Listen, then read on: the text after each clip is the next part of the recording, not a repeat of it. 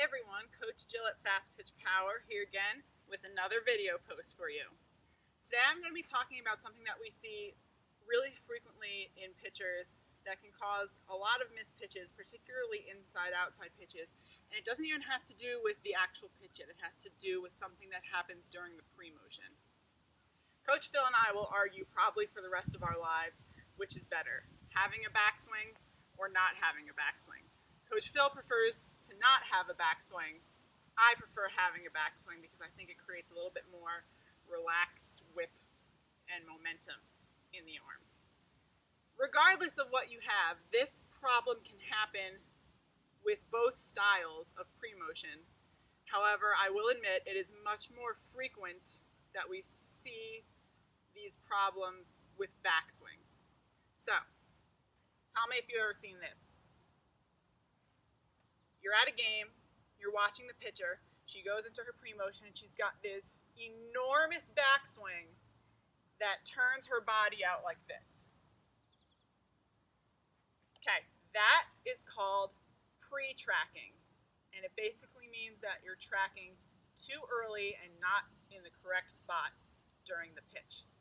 Now, what's the problem with that? What's the problem? I mean, it's just the pre-motion, so how could this possibly create problems? So, when we load on the rubber, ideally, we want our shoulders, hips, knees, and toes to be square to the catcher. So if I were going to do a backswing, I would look like this.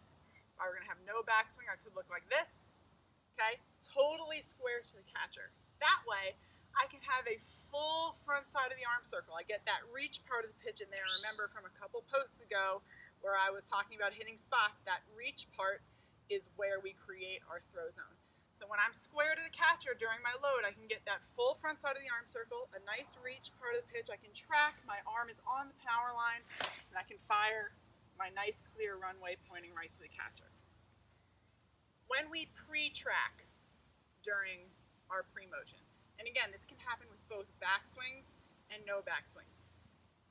If you don't have a backswing, you can still do this, but again, it is more common in girls that have backswings. So, I'm in this position now. Can you see, pretend you're my catcher, can you see how my arm is already starting behind my body? Now, I have no choice but to slow my arm down and come around my body for the reach part of the pitch. Can you see how I'm no longer pointing at my target? My arm is now coming out there off the power line, and look at my arm path now. So because I can't have a full front side of the arm circle, I've got to come out here, and then my arm is behind my body here. I'm no longer on the power line. I don't have that clear runway to fire down to my target. So what has to happen now? Well, I've got to come around my body again. I have to either slow my arm down and push the ball and hope that I can somehow get a strike, or I have to rotate my hips and shoulders in order to deliver the ball. All of these things move the throw zone. It takes away speed and it takes away command.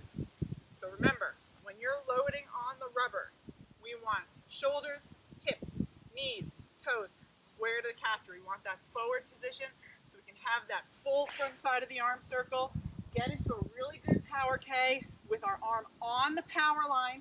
You can see it, you're my catcher, the ball and my arm are on the power line, and fire through.